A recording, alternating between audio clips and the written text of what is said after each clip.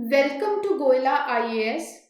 सो जिन भी स्टूडेंट्स ने अभी 12th कर रहे हैं, ठीक है, और उन्होंने फर्दर सोच रखा है कि उन्हें एग्रीकल्चर में फर्दर अपना करियर बनाना है, तो आईसीआर आपके लिए एक बहुत ही बड़ा प्लेटफॉर्म है। आईसीआर क्या है? Indian council of agricultural research. तो आईसीआर के अंडर एक एंट्रेंस टेस्ट कंडक्ट होता है। आईसीआर के अंडर यूजीसी का एंट्रेंस एग्जामिनेशन होता है हर साल जून या जुलाई में। इसका फेब में नोटिफिकेशन आ जाएगा। तो जिन भी स्टूडेंट्स ने 2026 टू 27 वाला जो बैच है, इसमें एनरोल करना है, इस बैच में आपको एग्रीकल्चर करनी है, तो आपको जून या जुलाई में ये एग्जामिनेशन आने वाला है। इस एग्जामिनेशन को आपने ज़रूर देना है। इसमें आपको बढ़िया कॉलेजेस मिल जाएंगे, बड़ी यूनिवर्सिटीज़ मिल जाएंगी जहाँ से आप एग्रीकल्चर पढ़ सकते हो।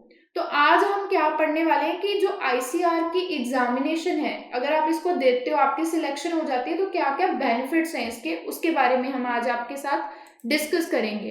तो मेजर जो बेनिफिट्स हैं, क्या क्या बेनिफिट्स होंगे आपको अगर आप आईसीआर के यानी कि Indian council of agricultural research का यूजीसी का एंट्रेंस एग्जामिनेशन होता है, वो एक combined undergraduate entrance test होता है। अगर आपका सिलेक्शन हो जाता है, यहाँ पे आपका रैंक अच्छा आ जाता है, तो आपको 20% सीट्स तो मिल जाएंगी बड़ी एग्रीकल्चरल यूनिवर्सिटीज में। 100% सीट्स अवेलेबल होती हैं आईसीआर के इंस्टीट्यूट्स में। तो आपकी जो प्लेसमेंट है आईसीआर डीम्ड यूनिवर्सिटीज में भी हो सकती है, स्टेट एग्रीकल्चरल यूनिवर्सिटीज में भी हो सकती है। अब इनमें मेजर डिफरेंस क्या है, उस पर हमने ऑलरेडी आपके साथ लेक्चर डिस्कस किया हुआ है।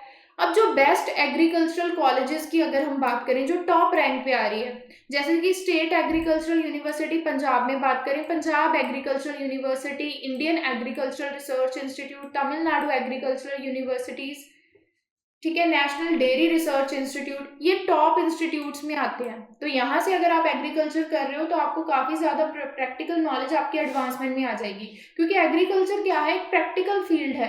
तो इसमें आपकी जो प्रैक्टिकल नॉलेज है उसको और भी वो इलाबोरेट करेंगे। नेशनल टैलेंट स्कॉलरशिप, क्योंकि आपको पता है ना, ये जो एग्जामिनेशन है बेसिकली क्या होता है कि जो हमारा नेशनल टेस्ट स्कॉलरशिप होती है, ये एनटीए के थ्रू ही होता है। ये एग्जामिनेशन यूजीसी के अंडर, यूनिवर्सिटी ग्रांट कमीशन के अंडर।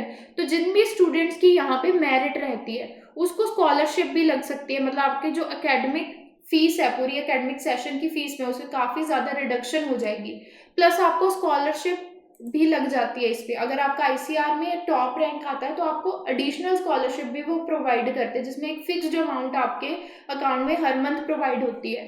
तो काफ़ी सारे बेनिफिट्स अवेलेबल है। एक तो एक आईसीआर की अगर हम बात करें था, अगर हम बात करें आईसीआर की, तो यहाँ पे अगर आप एग्रीकल्चर करते हो तो बहुत ही ज़्यादा एक प्रोफेशनल डिग्री है एग्रीकल्चर, जिसमें आपको प्रैक्टिकल नॉलेज की नीड होती है। तो जितने भी बड़े इंस्टीट्यूट्स है, बड़े प्लेसमेंट्स है, वहाँ पे ज़्यादा फैसिलिटीज़ अवेलेबल होती हैं, ज़्यादा आपको नॉलेज मिलेगी। तो एक तो प्रोफेशनल डिग्री है, एक पैन इंडिया एक्सपोजर, यानी कि जो अब बैच है आपके मिक्स रहने वाले हैं, क्योंकि ये सेंटर लेवल पे ऑपरेट करता है एग्ज़ाम।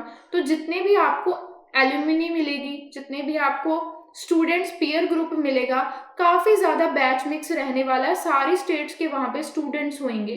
तो अगर आपको पूरे इंडिया के साथ आप कनेक्ट कर पाओगे, डिफरेंट स्टेट्स के स्टूडेंट्स, टीचर्स आपको टीच करने वाले हैं। It will provide you a smooth path toward your higher studies, यानी कि फर्दर अगर आपको मास्टर्स करनी है, पीएचडी करनी है, तो वो भी आप यहीं से अप्रोच कर सकते हो। तो आपको आपके लिए बहुत ही बड़ा प्लेटफॉर्म हो जाएगा। आपकी जो रिसर्च है बहुत ही ज़्यादा हाई लेवल की होएगी, प्रैक्टिकल नॉलेज आपको काफ़ी ज़्यादा प्रोवाइड होएगी। तो यही सारे इसके जो है बेनिफिट्स आपको रहने वाले हैं। अब आईसीआर किन किन स्टूडेंट्स के लिए बेस्ट रहेगा, कौन से स्टूडेंट्स हैं जो ऑप्ट कर सकते हैं इसे, आईसीआर यूजीसी का जो एंट्रेंस एग्जामिनेशन है। जैसे कि मैंने पहले भी आपके साथ डिस्कस किया, जो students plus two medical non medical stream से है, जिन्हें फर्दर एग्रीकल्चर करनी है, अपनी बीएससी एग्रीकल्चर करनी है, अगर आपको बीएससी हॉर्टिकल्चर करनी है, फॉरेस्ट्री में जाना है, फूड टेक्नोलॉजी, डेयरी टेक्नोलॉजी में आपका इंटरेस्ट है, आपको अपना एग्री बिजनेस करना है, तो टॉप के गवर्नमेंट कॉलेजेस में आपका प्लेसमेंट हो सकता है।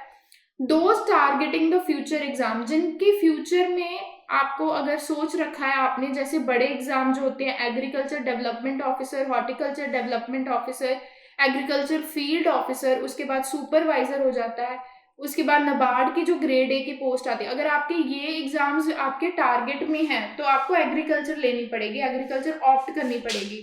और जिन भी स्टूडेंट्स का इंटरेस्ट है फर्दर रिसर्च में जाने का, ट्रेनिंग टीचिंग करने का, तो वो भी इन इंस्टीट्यूट्स में अगर आपकी प्लेसमेंट होती है तो फर्दर आपकी जो टीचिंग का डोरवे है वो भी ओपन हो जाएगा।